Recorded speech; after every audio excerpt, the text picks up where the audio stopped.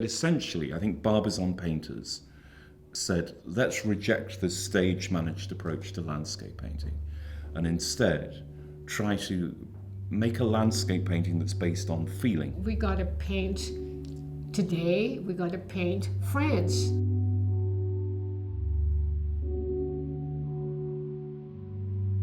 Barbizon painting, first of all, it's a name that's only really known in the UK and in the United States. In the rest of the world, in the French-speaking world, they're known as the School of 1830. And the School of 1830 were connected with the 1830 Revolution. And what was really special about these painters is that they wanted to paint landscape, which in itself was special at that time because landscape was considered not really very worthy of painting. But back in the time, you would have gone to art school and you would have followed a really strict curriculum where the whole business of what it is to be made, to make a landscape painting would involve a number of competitions, painting trees in a particular way, painting people in a particular way. And when you assemble your landscape, you would do it almost like a jigsaw. So it would become a very stage-managed kind of landscape. And the Barbizon painters came along and they rejected that. And so a lot of these artists lived in Paris, but of course they couldn't paint landscape in Paris.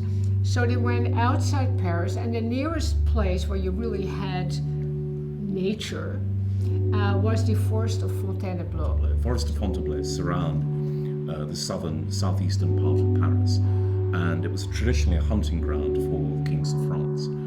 And in the 1840s, the railroad goes from the center of Paris up to Fontainebleau. Now, for a few years beforehand, artists had gone to Fontainebleau to paint.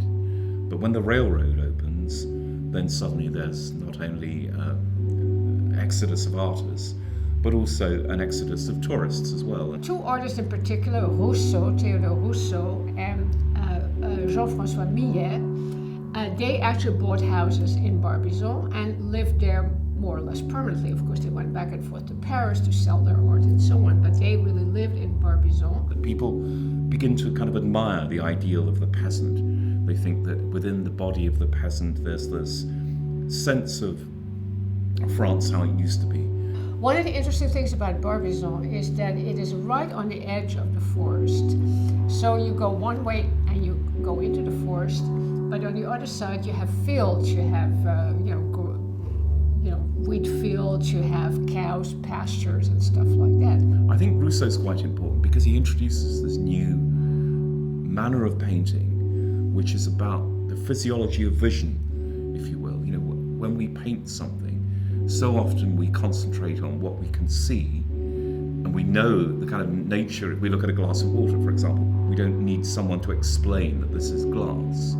We know what it's made of. But if someone said to you, well, how would you paint that glass? What colours would you mix up to get that illusion of transparency?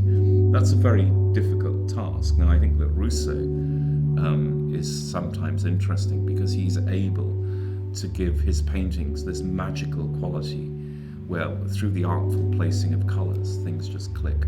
Diaz is kind of a very exceptional painter within the Barbizon School because he always fills the landscape with figures, and they're mostly fantasy figures. So there is one beautiful Diaz, for example, where you have a forest scene, but in the forest scene you have all these people kind of dressed up in some kind of historic costume, somewhat undefined. Every book on Impressionism, the first chapter has something about the Barbizon School. And I thought the paintings were really beautiful, really compelling pictures. But when we look around, there's so little written on the Barbizon School. I mean, everyone says that the Barbizon School is the forerunner of Impressionism. What's important to say about the Barbizon School is that they had, of course, an enormous impact. So if you have somebody like Millet, he influenced two generations of artists painting peasant scenes. So Jules Breton, an artist like Monet, all of them, they're future generations. I mean, perhaps we would no longer, strictly speaking, call them Barbizon School, but they wouldn't be there without the Barbizon School.